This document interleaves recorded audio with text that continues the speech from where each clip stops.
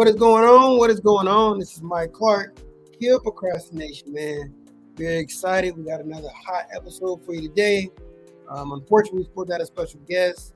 I don't know if his schedule is, uh, you know, discombobulated or whatever, but we're going to see if we can get a reschedule from Mike Morowski and see if we can get him on a little later. However, the show must go on. We're going to continue to push out some consistent content to you guys. I know that I have not been consistent with you guys, and I know you guys have been holding me to the fire. So I just want to jump right into exactly what the title says, man. Um, let's talk about my first commercial property, and then let's also talk about the renovations, the issues, the ups and downs that I've had during this project, and what does that mean for future projects. All right, this is really big. So this is what you're gonna learn at the end. You're gonna learn so much from what I'm dealing with that you're gonna be able to apply it to your own personal situation. If you got a project going on or you're intending to have a project going on, that's what you're gonna be able to take away once you make it to the end of this video. Okay, so yeah, I bought this property about 3 months ago. Most of you guys already know it's a 5-unit apartment complex. This apartment complex, man, it didn't need a full gut rehab, but it was a tremendous amount of value that I knew I was going to have to add to this property. Not only that, I knew that it needed a lot of TLC. It needed a lot of love because it has been neglected for years. And I mean neglected, it's been neglected, right? To put that in perspective, the first 48 hours of me having this property, it was an active gas leak. Now I know. People are like, well, how is that possible? You went through all your due diligence, and you had a home inspector, right? Yeah, I had all of that, right? I had all of that. I did everything I could possibly do. However, this didn't come up. Didn't come up at all. It was an issue that I believe could have been found, could have been seen, but it is what it is at this point. I know a lot of people also told me, well, you need to look into, going against that actual property. You need to go up against the property inspector. And I looked into that, but most property inspectors, the most you're going to get out is a refund of that particular transaction. And to me, it just wasn't worth it. I was already done, and at the end of the day, I have the property, so I have no choice but to fix these deficiencies like as soon as possible. So that's what we did. That part of just finding a water heater took, man, I believe 3 weeks, man. I felt so bad because our tenants had to go without hot water, but it wasn't on us. It was mostly on, the previous owner, and then also, me trying to do my due diligence. You're just gonna say it's on me because I'm the new owner, so I have to get it fixed, right? We're not gonna explain how a lot of the tenants knew about these things, prior to me purchasing the property. So that's one lesson that I would tell you guys immediately is, one, do your due diligence, but then also you need to make sure that you factor in everything that should be included in that due diligence, because all I did was make sure I had a property inspector there, right? But what I'm going to do next time to move forward is I'm not only going to have a property inspector, I'm going to have a plumber, I'm going to have an electrician, I'm going to have a roofer, I'm going to have somebody who looks at foundation. And yeah, of course, you got to pay that money just for them to come out, just to inspect the property, but it's money well worth it if you run into issues like I ran into. So even if it doesn't come up, at least you have a peace of mind that you're good to go. Okay, so that was one of the biggest issues. That actually was fixed immediately. And before I move on from that, just understand as a landlord, you have to feel comfortable to live in that property yourself. I will never put someone in a property that I myself wouldn't live in. I just couldn't do it. So as soon as I heard gas, we had to get that fixed and rectified, right? We had to stop all construction until that was fixed. Now we got this fixed, right? So that's day 2 of me dealing with my first commercial project. After that, we went ahead and we broke it up into different phases. So phase 1 was actually outside exterior of getting that, the outside fixed up. Now this all included a new paint job, of course. Dry rotted wood needed to be removed and replaced. Not only that, we also had to redo the stairs in the back, and that way we have more room for parking, because we thought, hey, this is how we're going to add value to this property, is create more parking in the back, because almost 80 to, I would say 70 to 80% of all the tenants, because that whole street is nobody but renters. They're all renting, but everyone is parking on the street. So to create more value, because we already know we're going to bump those rents up, we said, hey, let's make designated parking in the back, and by doing that, we turn the stairs around, which allow for another vehicle to be there. So that was a great. That was something great that we actually got to put in place. It's great. The tenants already love it. They really do. Um, One issue that we had during the phase one is we had a contractor, and I thought the terms were fair. I really thought that everything was on the up and up. Now, what I would say with that is I didn't really think about it, but the timeline on what he told me, just if I really sat there and thought about it, it really didn't make sense because this was this is a 5,000 square foot property. I think it's 5 or 6,000 square foot property, so it's a pretty big property. Now he was with the mindset that he was going to have workers with him. However, once he started to the project, I believe he had a worker for maybe 2-3 days out of the 60 days it took him to finish. Man, when we first initially talked about it, it was supposed to be 3 days per side. One thing that I'm learning, one thing that I have to figure out is how to negotiate a little harder and a little firmer. Not only that, just making sure that everything does make sense and we put a proper timeline in place. And I believe by adding somewhat of an incentive or something that says, hey, look, if you make it past this deadline, then hey, every day that you're late on this deadline, you need to pay us $100. So now you're paying us back. So I think that's the motivation for the contractor to finish a little faster. We definitely ran into an issue with this. It was not fun at all. I really felt like we were being held hostage at one point, but I don't believe he was doing it on purpose. I think he was just getting frustrated with the process because, once again, our initial contractor thought he was going to have more people, personnel available than he did. And then it ended up being a one-man show, which then I feel like became overwhelmed. So phase one, the back is pristine. I love the back, but I was actually seeing some pictures. I actually came back down because you guys know I'm a truck driver, right? So I came down, I actually viewed it, looked at it, loved it, right? But now it's time to move to the front. We get to the front, and I'm getting pictures, but I'm thinking, oh, it's beautiful. And I actually get there in person, I see it in person, and oh my God, it was not what I thought it was going to be. So for that point, especially if you're an out-of-state investor, I guess I can call myself an out-of-state investor just because I'm not really there on site. So it's really hard. But what I would tell you that could alleviate the situation, especially if you got a contract that's working without you, is just getting constant updates daily. That's one thing I wasn't doing.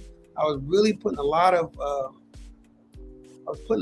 of faith into my contractor to think that it was going to get done in a timely manner. But not saying he needed to be micromanaged, just saying that you need to make sure that you're actually involved as much as you can.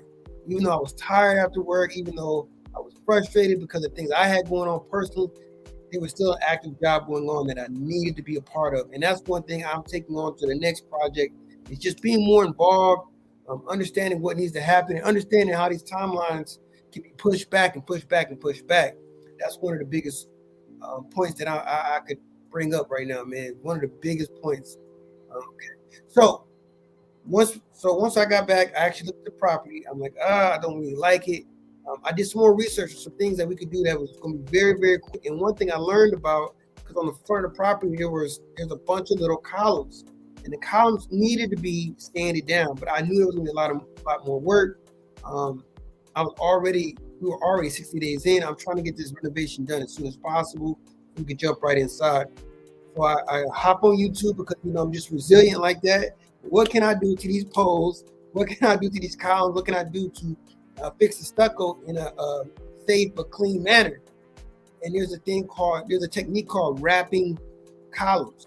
And that's literally taking, pieces of wood and just wrapping around the columns and making it look a nice, cleaner look.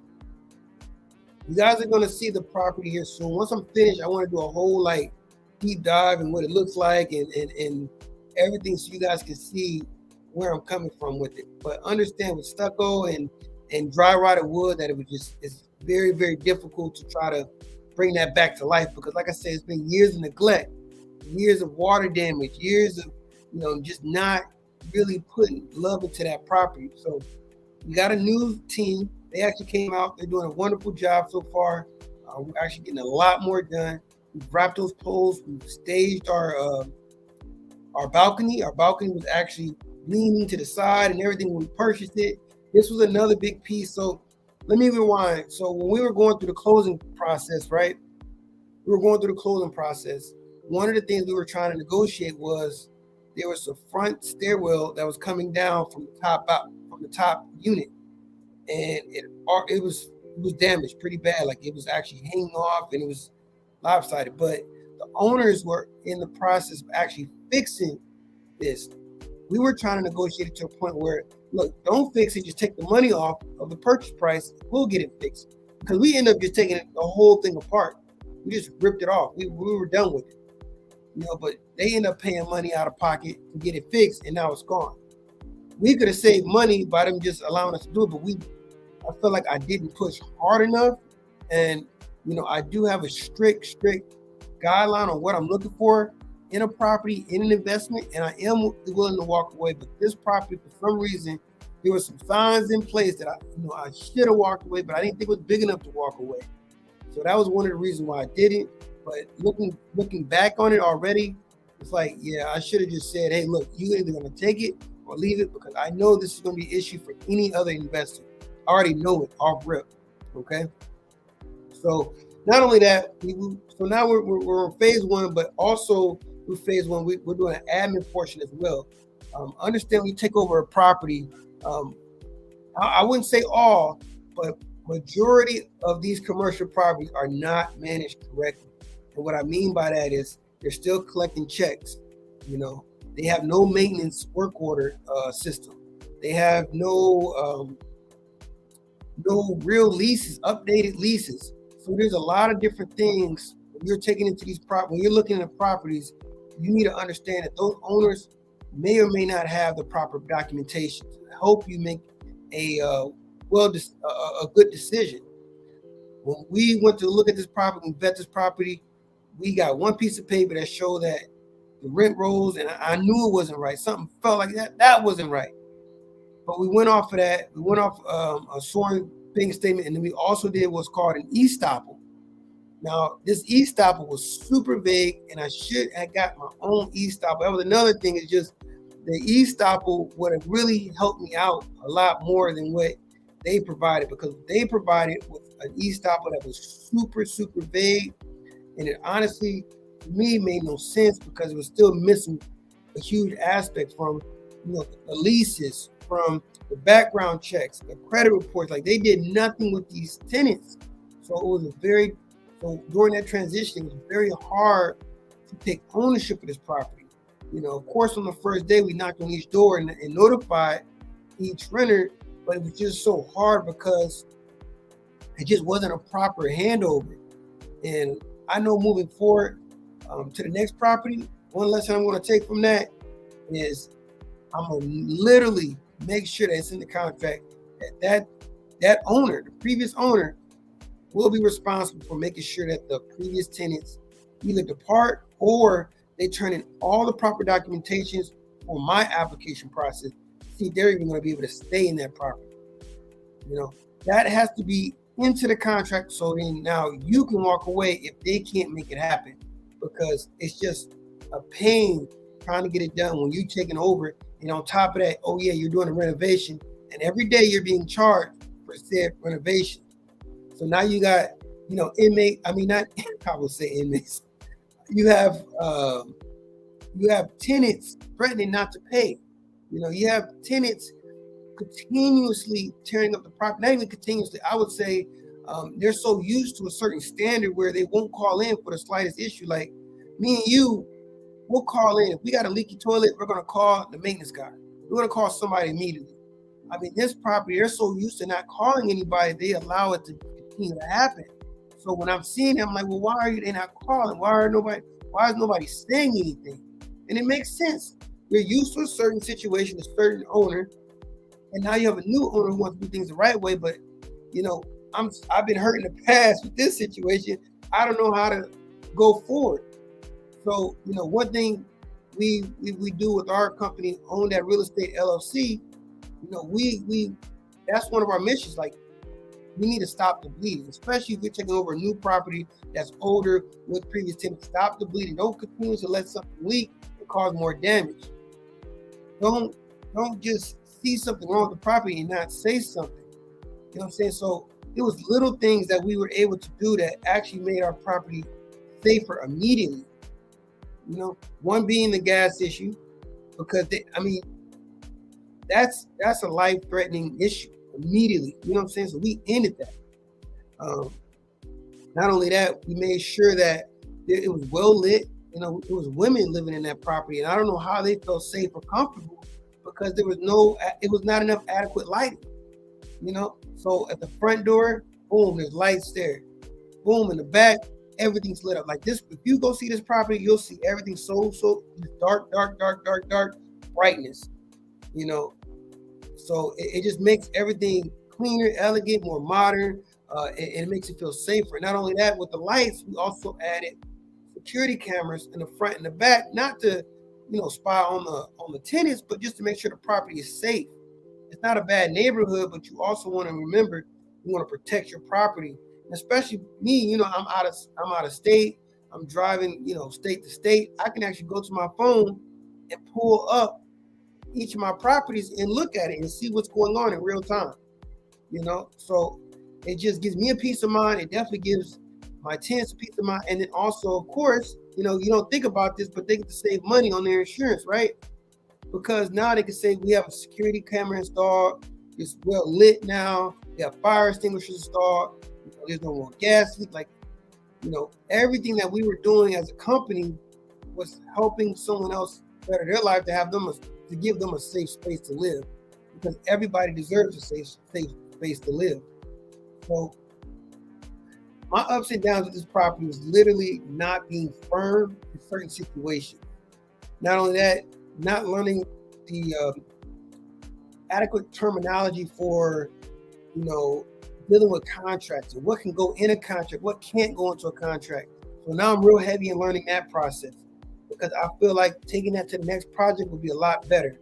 Not only that, like I said, making sure that not only do I have a home inspector, I have that plumber, the electrician, the roofer, everybody in their designated area giving me another report, co-signing what that inspector is saying.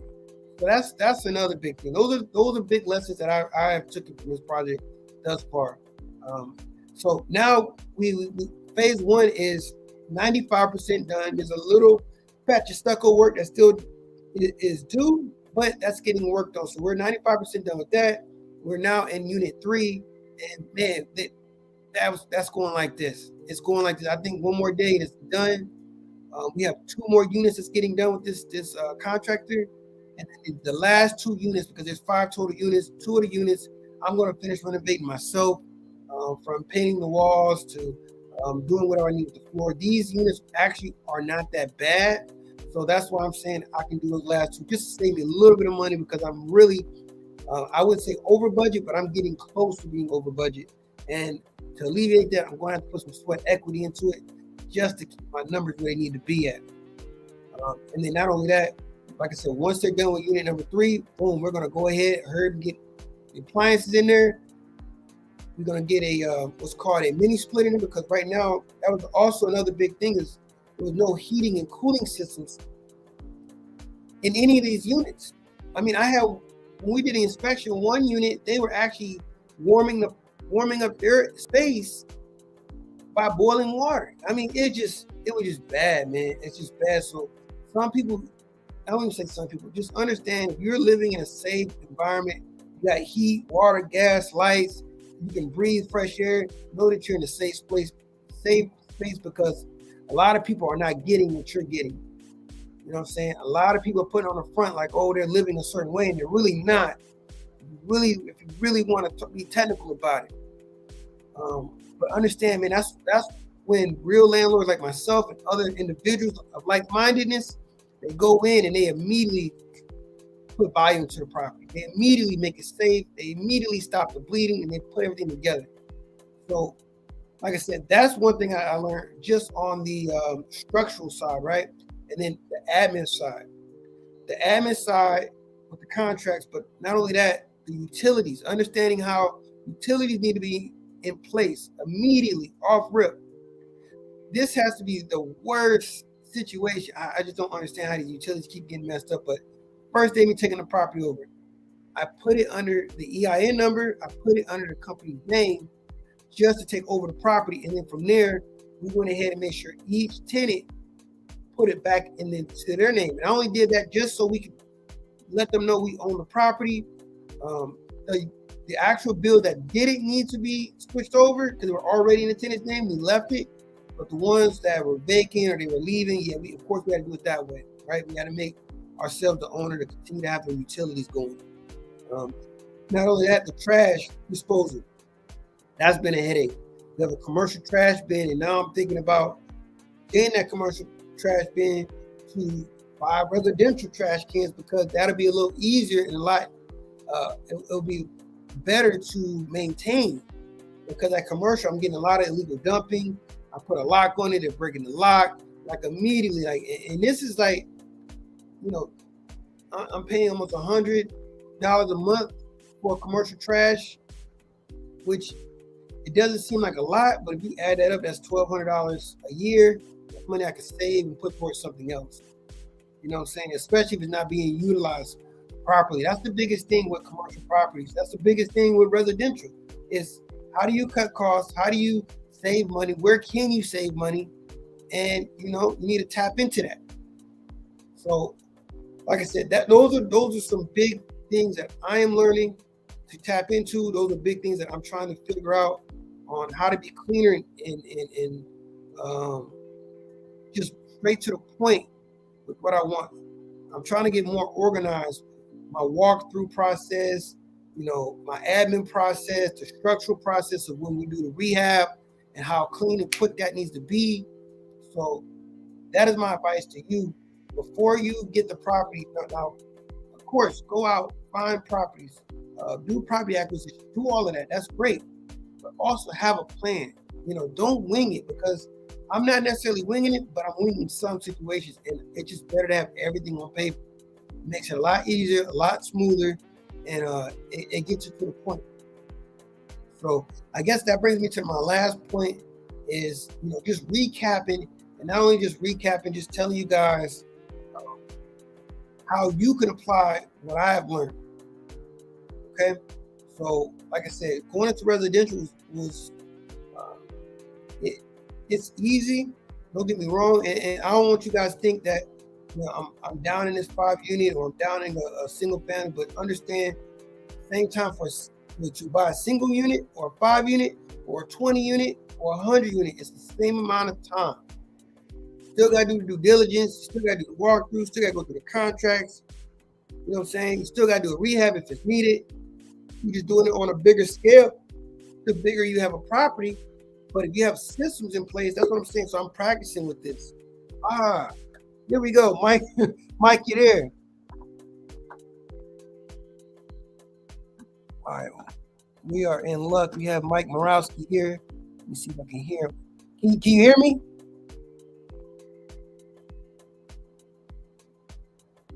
Let me see.